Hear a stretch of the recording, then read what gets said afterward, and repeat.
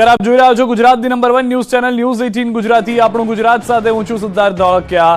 7મી તારીખ સૌથી વધારે મહત્વની 2024 લોકસભા ચૂંટણીના મહાસંગ્રામનું એલાન. 7મી મેના રોજ ગુજરાતમાં મતદાન. 19 એપ્રિલથી 1 જૂનમાં 7 તબક્કામાં યોજાશે મતદાન.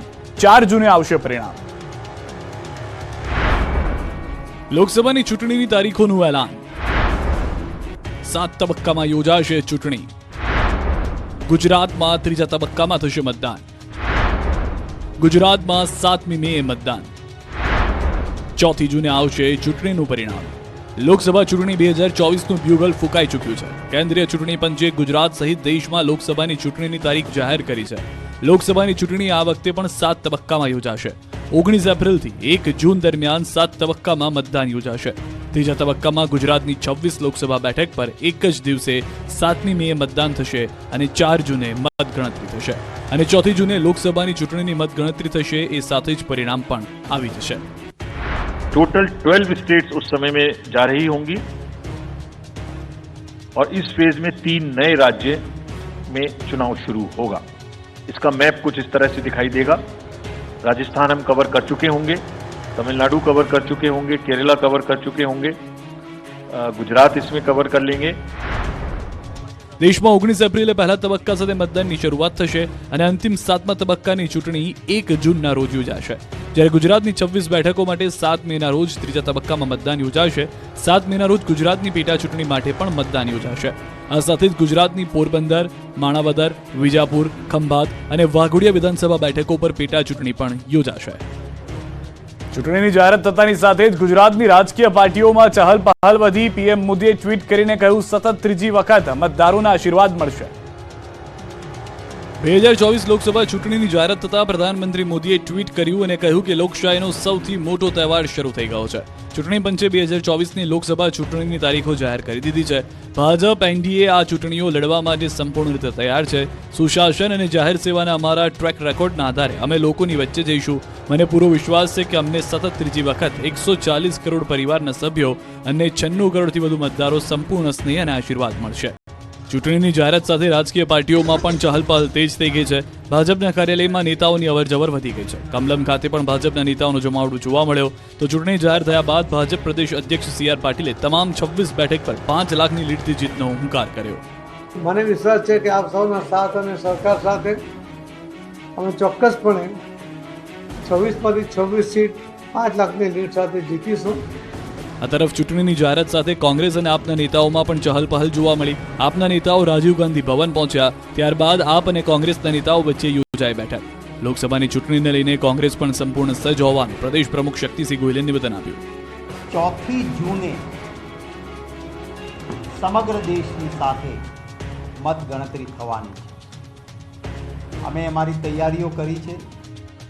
આક્રમક તેવરમાં દેખાયા ગેનીબેન ઠાકોર. કહ્યું, તમારી લડાઈમાં કોઈ કચાશ નહીં રાખો. ગેનીબેન ઠાકોર પોતાના આક્રમક અંદાજ માટે જાણીતા છે. બનાસકાંઠા કોંગ્રેસના ઉમેદવાર ગેનીબેને ચૂંટણી પહેલા તીખા તેવર દેખાડ્યા. ચૂંટણી પ્રચારમાં આક્રમક અંદાજમાં ગેનીબેને હુંકાર કર્યો. ચૂંટણીની લડાઈમાં કોઈ કચાશ નહીં રાખવું એમ કહીને તેઓએ રાણી લક્ષ્મીબાઈ પાસેથી પ્રેરણાની પણ વાત કરી. ધાનેરાના વોડા ગામે પ્રચાર દરમિયાન ગેનીબેને આ વાત કરી હતી. વહીવટી તંત્ર સામે ગેનીબેને હુંકાર કરતા કહ્યું કે પહેલી લડાઈ ગાંધીજીના માર્ગે હશે અને કામ નહીં કરો તો રાણી લક્ષ્મીબાઈની પ્રેરણા લેવી પડશે. તમે કોઈ કારણોસર કામ નહીં કરો, અન્યાય કરશો અને કોઈના ઉપર જુલમ કરશો તો ગાંધીજીની વાતમાં નહીં માનો તો ક્યાં ઝાંસીની રાણી લક્ષ્મીબાઈની પ્રેરણા લેવી પડે, વીર ભગતસિંહની લેવી પડે. બનાસકાંઠાથી કોંગ્રેસના ઉમેદવાર ગેનીબેન ઠાકોરે પૂરજોશમાં ચૂંટણી પ્રચાર શરૂ કર્યો છે. ધાનેરાના ગામડાઓમાં ફરીને ગેનીબેને કાર્યકર્તાઓ અને ગ્રામજનો સાથે મુલાકાત કરી. દેઢા ગામમાં સાતમના મેળામાં ગેનીબેને ગ્રામજનો સાથે પ્રચાર કર્યો.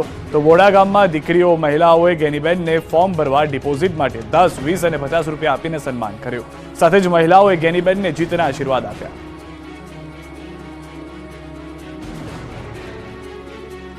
આ તરફ ઉમેદવારોએ પૂરજોશમાં પ્રચાર શરૂ કર્યો. વલસાડમાં ભાજપ અને કોંગ્રેસના ઉમેદવારોએ પ્રચાર કર્યો.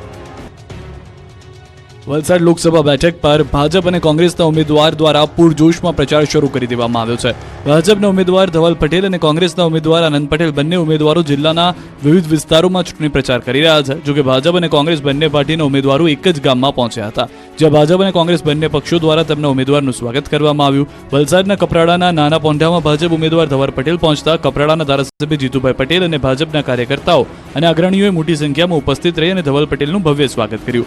બીજી બાજુ કોંગ્રેસના ઉમેદવાર આનંદ પટેલ પણ નાના પોંઢા પહોંચ્યા, જ્યાં કપરાડા તાલુકા કોંગ્રેસના આગેવાનો અને કાર્યકર્તાઓએ આનંદ પટેલનું ભવ્ય સ્વાગત કર્યું. આ પ્રસંગે વલસાડ જિલ્લા કોંગ્રેસ પ્રમુખ દિનેશ પટેલ, કોંગ્રેસના ઉમેદવાર આનંદ પટેલ સહિત કોંગ્રેસના અગ્રણીઓ અને કાર્યકર્તાઓ પણ મોટી સંખ્યામાં ઉપસ્થિત રહ્યા હતા. ચૂંટણીની તારીખો જાહેર થઈ તો આ તરફ કોંગ્રેસમાં હજુ પણ ભંગાણ યથાવત છે. સુરેન્દ્રનગરના વઢવાણ માર્કેટિંગ યાર્ડ ખાતે મેં હું મોદી કા પરિવાર ભાજપનો કાર્યક્રમ યોજાયો. કાર્યક્રમમાં મોટી સંખ્યામાં કાર્યકરો અને આગેવાનો જોડાયા. કોંગ્રેસ તેમજ આમ આદમી પાર્ટીના હોદ્દેદારો, આગેવાનો સહિત અંદાજે 500થી વધારે લોકોએ ભાજપનો કેસ ધારણ કર્યો. આ કાર્યક્રમમાં નાયબ મુખ્ય દંડક જગદીશભાઈ મકવાણા, જિલ્લા ભાજપ પ્રમુખ હિતેન્દ્રસિંહ ચૌહાણ અને હિમાંશુભાઈ વ્યાસ સહિતના આગેવાનોએ તમામ કાર્યકરોનું સ્વાગત કર્યું. મોટી સંખ્યામાં કોંગ્રેસ અને આમ આદમી પાર્ટીના હોદ્દેદારો અને આગેવાનો ભાજપમાં જોડાતા સ્થાનિક રાજકારણમાં ગરમાવો આવ્યો. આ તરફ પોરબંદર કોંગ્રેસમાં પણ ભંગાણ થયું. પોરબંદર યુવક કોંગ્રેસના મંત્રીએ રાજીનામું આપી દીધું. તીર્થરાજ બાપુદરાય કોંગ્રેસનો હાથ છોડતા પોરબંદર કોંગ્રેસમાં મોટું ગાબડું પડ્યું. તેઓ આગામી સમયમાં ભાજપમાં જોડાય તેવી શક્યતા છે. અર્જુન મોઢવાડિયાના કોંગ્રેસમાંથી રાજીનામા બાદ પોરબંદર જિલ્લામાં કોંગ્રેસમાંથી રાજીનામાનો દોર યથાવત રહ્યો છે. ભાજપ પ્રદેશ અધ્યક્ષ સી.આર. પાટીલનો આજે જન્મદિવસ. ભાજપના નેતાઓ અને હોદ્દેદારોએ શુભકામના પાઠવી. ગુજરાતની રાજનીતિના ચાણક્ય અને ભારતીય જનતા પાર્ટીના સેનાપતિ સમાન પ્રદેશ અધ્યક્ષ સી.આર. પાટીલ તેમનો 70મો જન્મદિવસ ઉજવી રહ્યા છે. સુરતમાં મોટી સંખ્યામાં ભાજપના નેતાઓ તેમજ હોદ્દેદારોએ શુભકામના પાઠવવા તેમના નિવાસસ્થાને પહોંચ્યા. ઉપરાંત સામાજિક અગ્રણીઓ અને ઉદ્યોગપતિઓએ પણ સી.આર. પાટીલને જન્મદિવસની શુભેચ્છા પાઠવી. આ તરફ ડોક્ટર તેમજ નર્સિંગ એસોસિએશન દ્વારા પણ સી.આર. પાટીલને જન્મદિવસની શુભકામના પાઠવવામાં આવી. મોટી સંખ્યામાં લોકો શુભેચ્છા આપવા આવી પહોંચતા સી.આર. પાટીલના નિવાસસ્થાને તહેવાર જેવો માહોલ જોવા મળ્યો. સુરત મહાનગરપાલિકાના હોદ્દેદારો તેમજ ધારાસભ્યો પણ જન્મદિવસની શુભકામના પાઠવવા સી.આર. પાટીલના નિવાસસ્થાને પહોંચ્યા. ભાજપના કદ્દાવર નેતા સી.આર. પાટીલ એક કુશળ ચૂંટણી રણનીતિકાર હોવા સાથે એક આદર્શ અને પ્રેરણાદાયી વ્યક્તિત્વ પણ ધરાવે છે.